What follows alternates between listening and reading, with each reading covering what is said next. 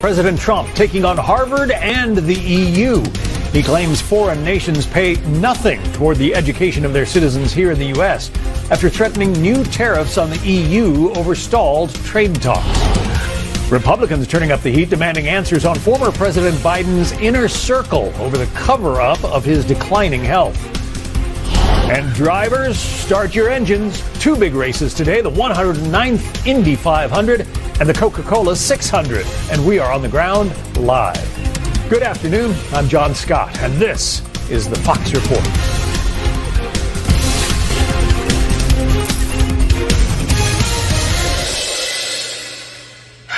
We begin today with Lucas Tomlinson. He's live in Bridgewater, New Jersey, with the latest on President Trump's tariff threats against the European Union, as well as Apple. Lucas. That's right. Good afternoon, John. Well, if you enjoy scrolling, texting on that iPhone, those activities might get a little more expensive after President Trump threatened a 25% tariff on iPhones and Apple. And also, he's threatening a 50% tariff on the European Union. Now, earlier, the president's deputy Treasury Secretary warned more products need to be made right here in the United States. We need to rebuild that industrial base because we can't have happen what we saw during the pandemic, which is that certain products are almost exclusively made overseas, and then when we get into any kind of shock, that the export of that product, bringing that product back into the United States, is made difficult.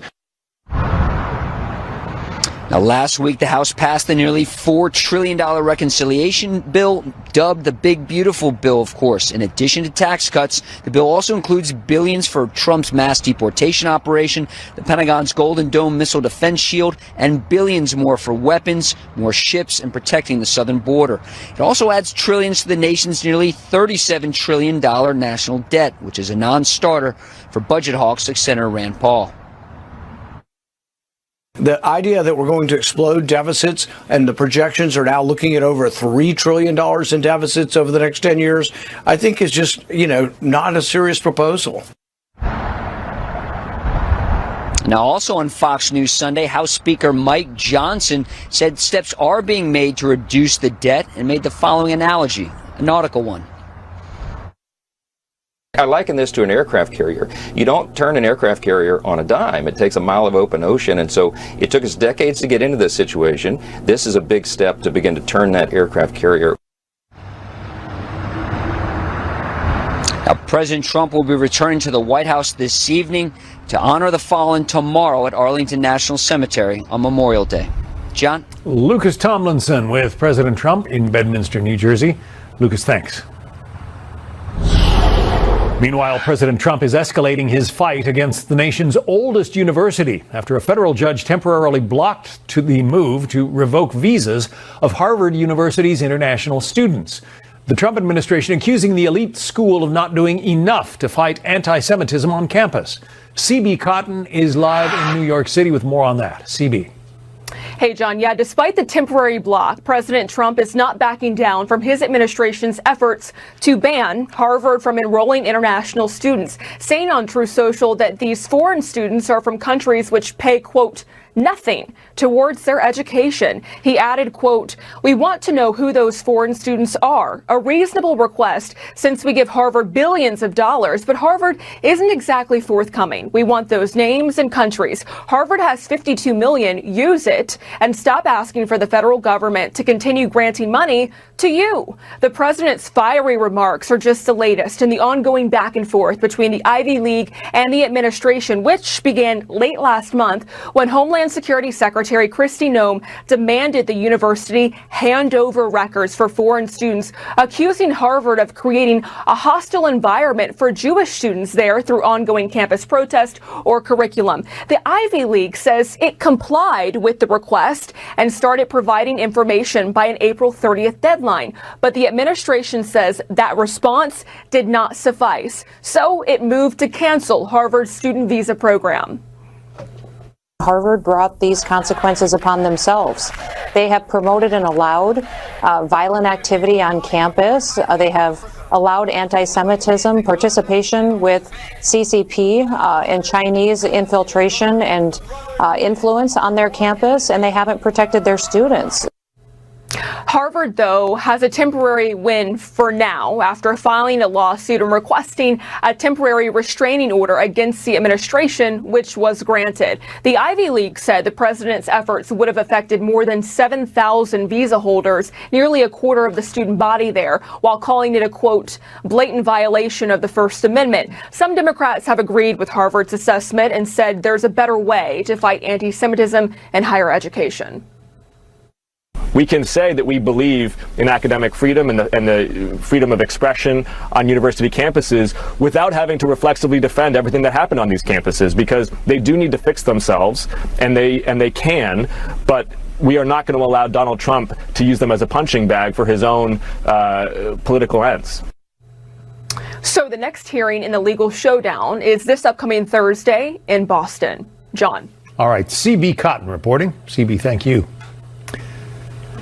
Let's bring in James Othmeier, the Florida Attorney General. So the president says too many students at Harvard, too many foreign students, I should say, should not be coming to this country to, foment trouble and cause problems. What is the opinion of the Florida Attorney General? I mean, you've got you've got students, international students at Florida universities.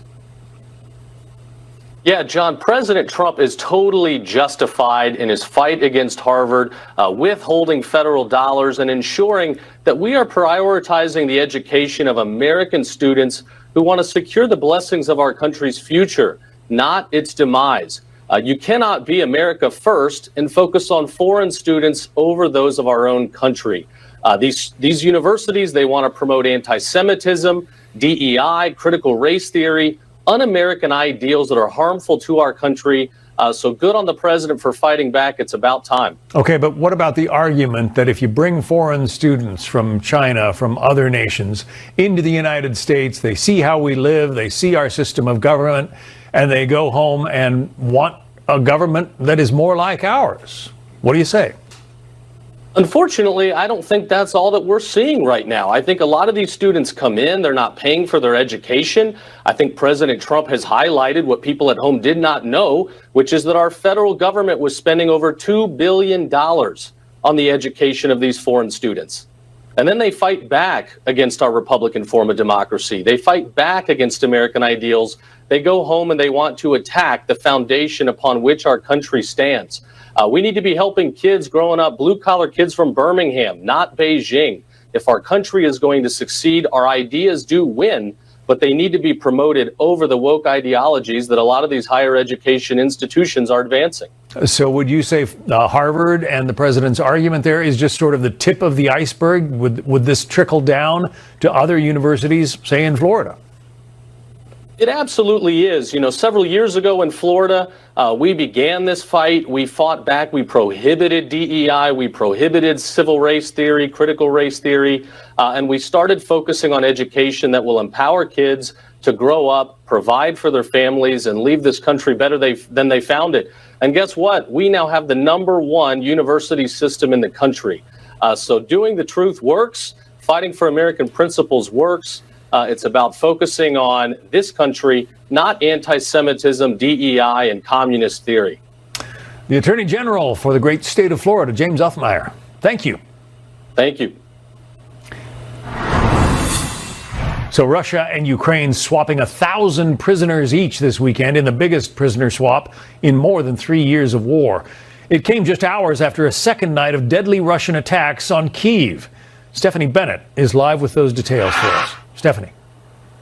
John, both sides brought home 303 soldiers today. Civilians were also released on Friday. Now, this is part of the 1,000 for 1,000 exchange deal that Russia and Ukraine negotiated back in Turkey earlier this month. It's a rare moment of cooperation in the otherwise failed efforts to reach a ceasefire, but experts, they're skeptical.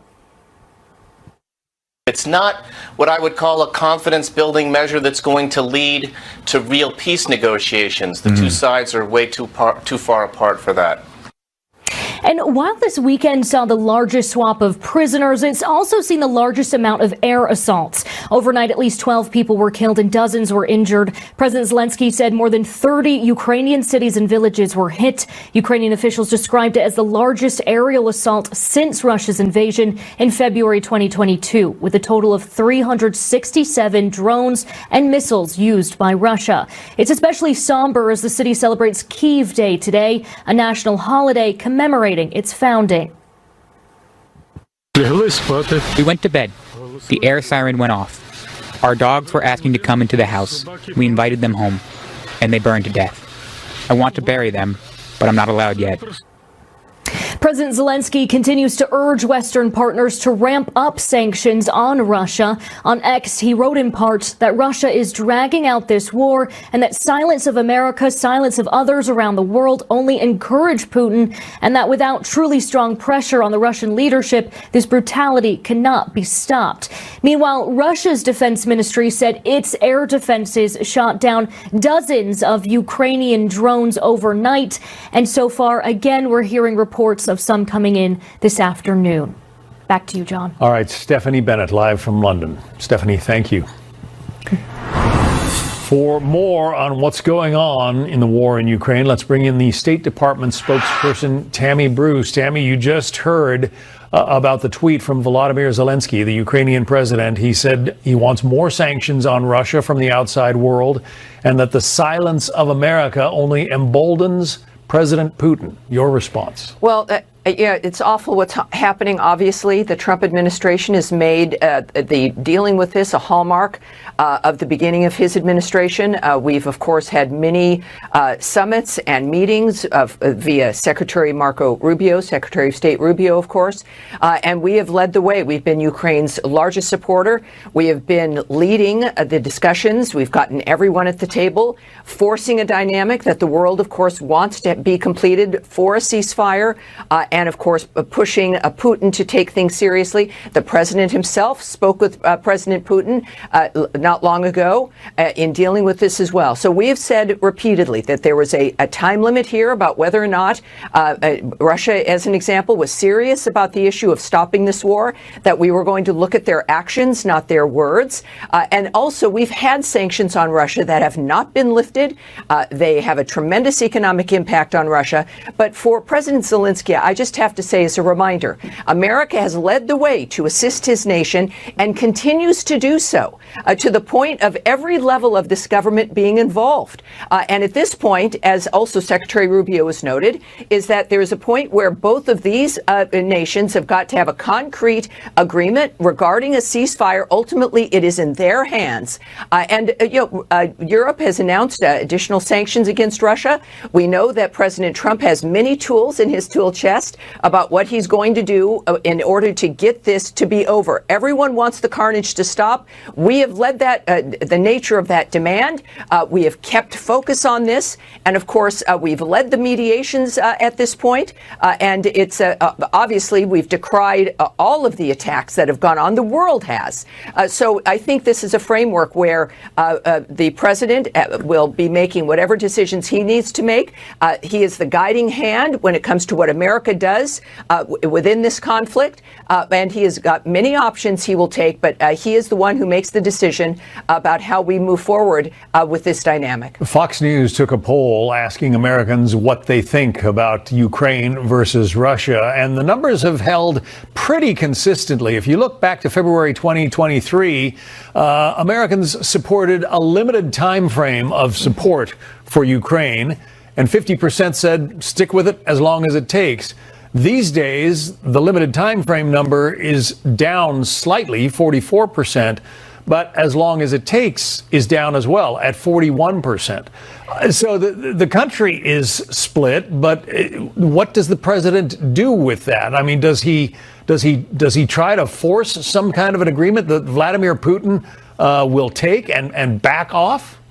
Well, clearly his goal has been from the start that this has got to end now, right? That we're no longer going to be dealing with never-ending wars.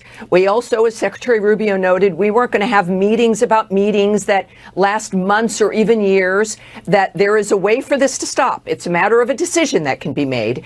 And I'm not going to second guess what President Trump will do. This is a man who gets things done, who's made it clear to the parties that he has a goal in mind that must be achieved. And if there's anybody on earth who achieves his goals, it's President Trump. Now, that kind of leadership and vision will hopefully push both parties in this dynamic in the nature of coming up with the succinct ideas. Neither party, as both the Secretary of State and the President have said, will be happy, obviously, but we can't even get to that point until there's an end to the slaughter and an end to the violence. And I think that President Trump, of course, with everything, we've had a very fast-moving administration here. Everything needs to happen. He knows it can happen quickly, and I think we should expect, like we do with everything with President Trump, that more things will happen that'll get us moving into a direction that he is happy with. I would just say, as we finish, Russia started it. They invaded. State Department spokesperson Tammy Bruce. Tammy, thank you. My pleasure. Thank you, sir. Coming up, heart stopper in the wild blue yonder. Why this passenger had to be zip-tied aboard a passenger jet bound for Houston. Next. Growing jailbreak scandal continues to rock New Orleans. At least 11 people now have been arrested, accused of helping the inmates before, during, or after the escape. The alleged accomplices include jail staff, friends, and family. The search for fugitives still in full swing. Correspondent Nate Foy is in New Orleans with the latest for us. Nate. Hey, John. So 4 more people have been arrested and are accused of helping these inmates immediately after their escape, which, as you mentioned, brings the total to 11. Today, the priority from investigators, according to a source close to the investigation, is following up on leads generated from the questioning of the 4 most recent individuals who were arrested. We also know that police executed a search warrant at a home in New Orleans' 7th District. Take a look. They were looking for this guy, Lenton Van Buren, one of the 5 remaining fugitives at large. He's charged with murder. Police didn't find him, but as a result of the raid, Lenton Van Buren Sr. and Patricia Van Buren are facing charges. Tyshania Randolph and Angel McKee are also charged with accessories after the fact, which brings the total to 11 people accused of helping the inmates either before the breakout or by giving them rides, money, or food afterward. CNN reports additional inmates could soon be charged for allegedly reinstalling the toilet that the escapees ripped out to buy them more time before deputies discovered the breach. Here's a live look at the Orleans Parish Correctional Facility today, where the district attorney is actively leading a criminal investigation. The attorney general is investigating too, while the governor ordered that all state prisoners be moved out of the jail and into secure state-run facilities.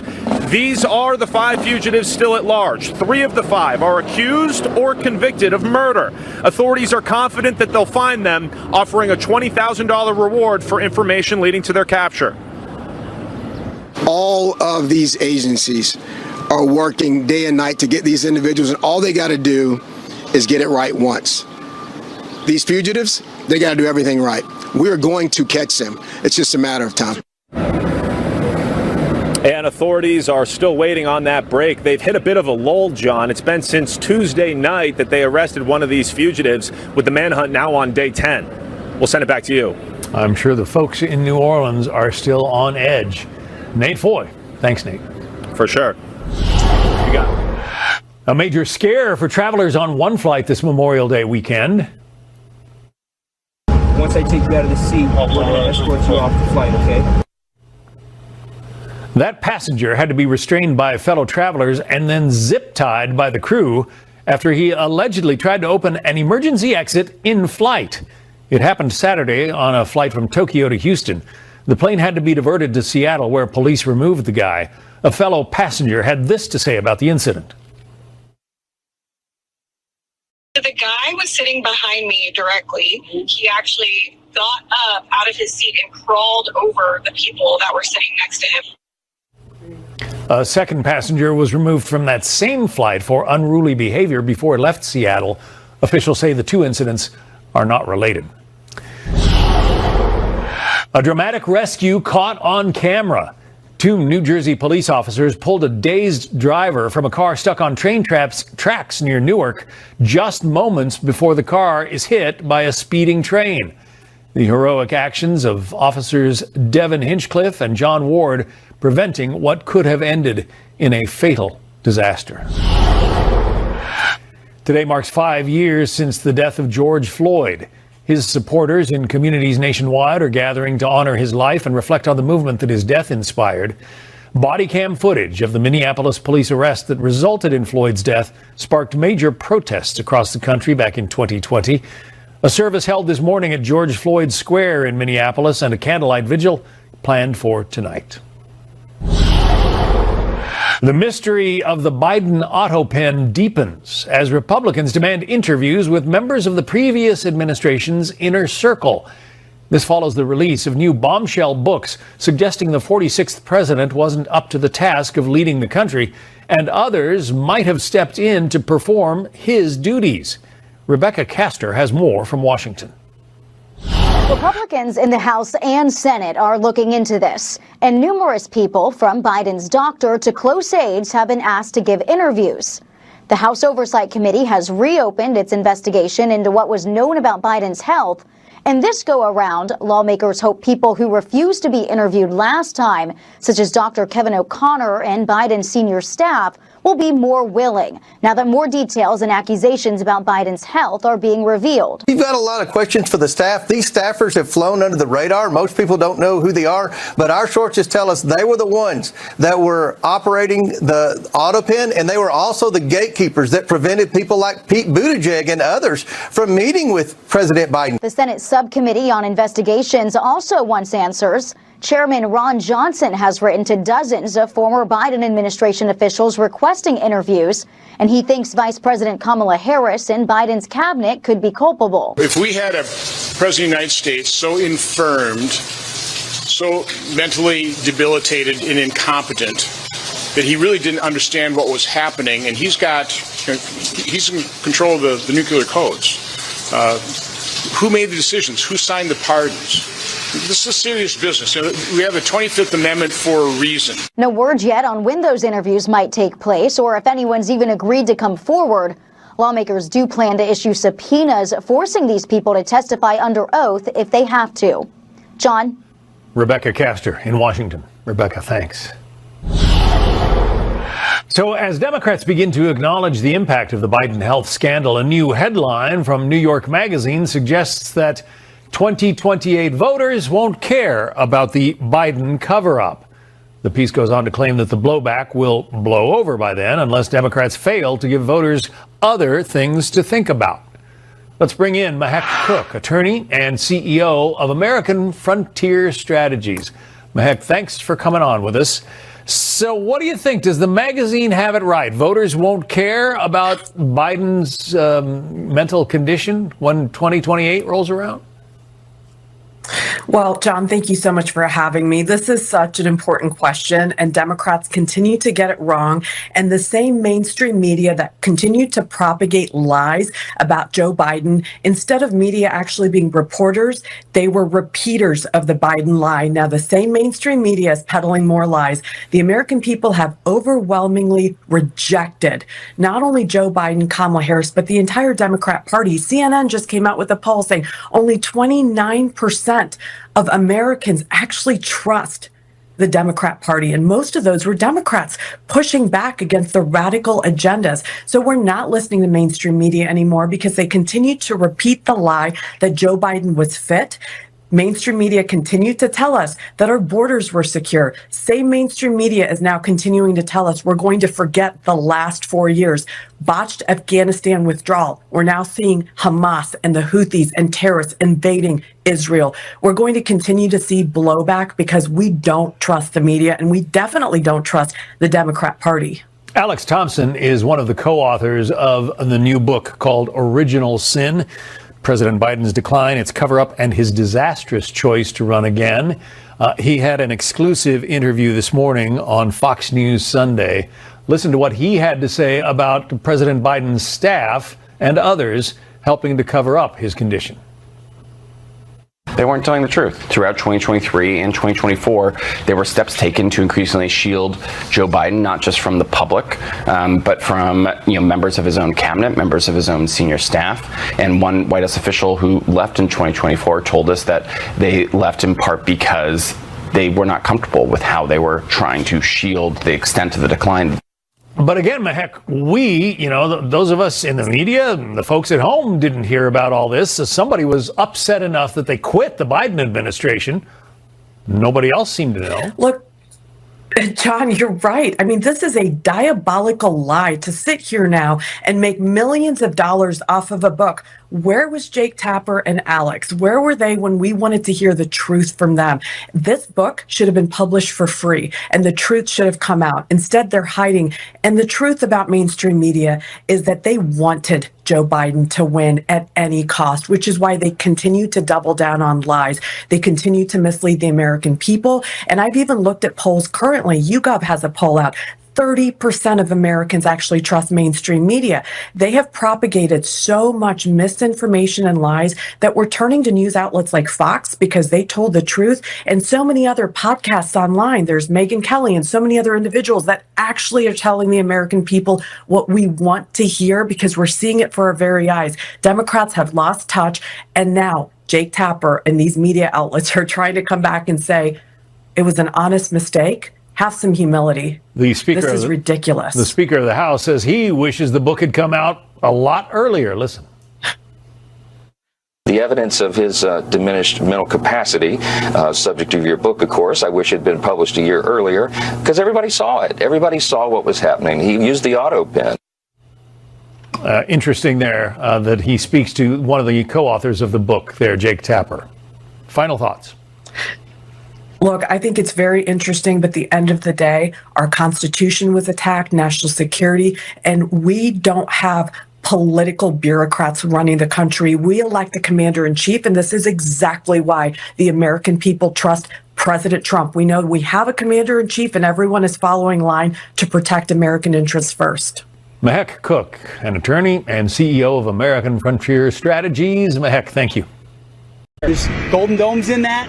Border security's in that, hypersonics, long-range drones, you name it, we're funding it. We couldn't get anybody to join our military. We couldn't get anybody to join our police or firefighters. We couldn't get anybody to join anything. And right now, just less than a year later, we just set a brand new peacetime recruiting record. The most people joined. President Trump says enlistment in the military are at the highest levels in 30 years. Some say those numbers were already on the rise before he took office. As we honor our service members on this Memorial Day weekend, those who've made the ultimate sacrifice, let's bring in Joe Buccino to talk about the current state of the military. He's the former CENTCOM spokesperson as well as a retired Army colonel. So do you take a position, I guess, Joe, on whether the rise in military recruitment predated the incoming Trump administration? Well, John, first of all, as you mentioned, on this Memorial Day weekend, we honor all of our fallen. We think about all of our Gold Star families and really all of the families of our fallen. We're thinking about them this weekend. The rise in recruiting slightly predates the Trump administration. There was a slight bump in the final 4 months of the Biden administration. It really is on the rise now. We're seeing a little bit of a spike, and we'll see how that trends here in the coming, 2, 3, 4 years. To what do you attribute that rise? There's basically 5 reasons that 5 buckets of reasons that young Americans enter military service voluntarily since we began voluntary entry into the military in 1973. The first one is the benefits, the college stipends and benefits that accrue towards military service. But the second one really, John, is a patriotic sense of duty. And there's a lot of young men and women in the South and the Midwest that largely have family members, parents, grandparents, uncles who served in the military. And these young men and women, they want to know that they are entering a military that's focused on warfighting, that's focused on the basic mission of a standing army.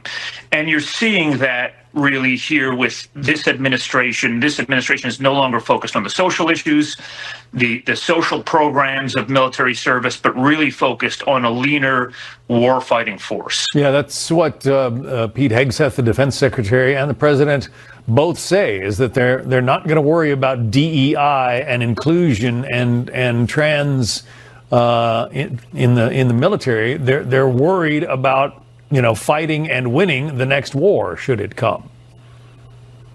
That's right. And I think the way that recruiting manifests and the way these things manifest in evaluation and numbers and in matrices, it's really going to be another 18 months before we can determine the effect here. I think Secretary Hegseth has been clear. He talks about DEI and getting rid of DEI all the time. Okay, I think that's clear at this point. I think it's clear at this point they're focused on a muscular fighting force. Joe Bacino, former CENTCOM spokesperson. Joe, thanks. Thank you, John. Still to come on the Fox Report, a double dose of pro racing entertainment. We've got team coverage starting with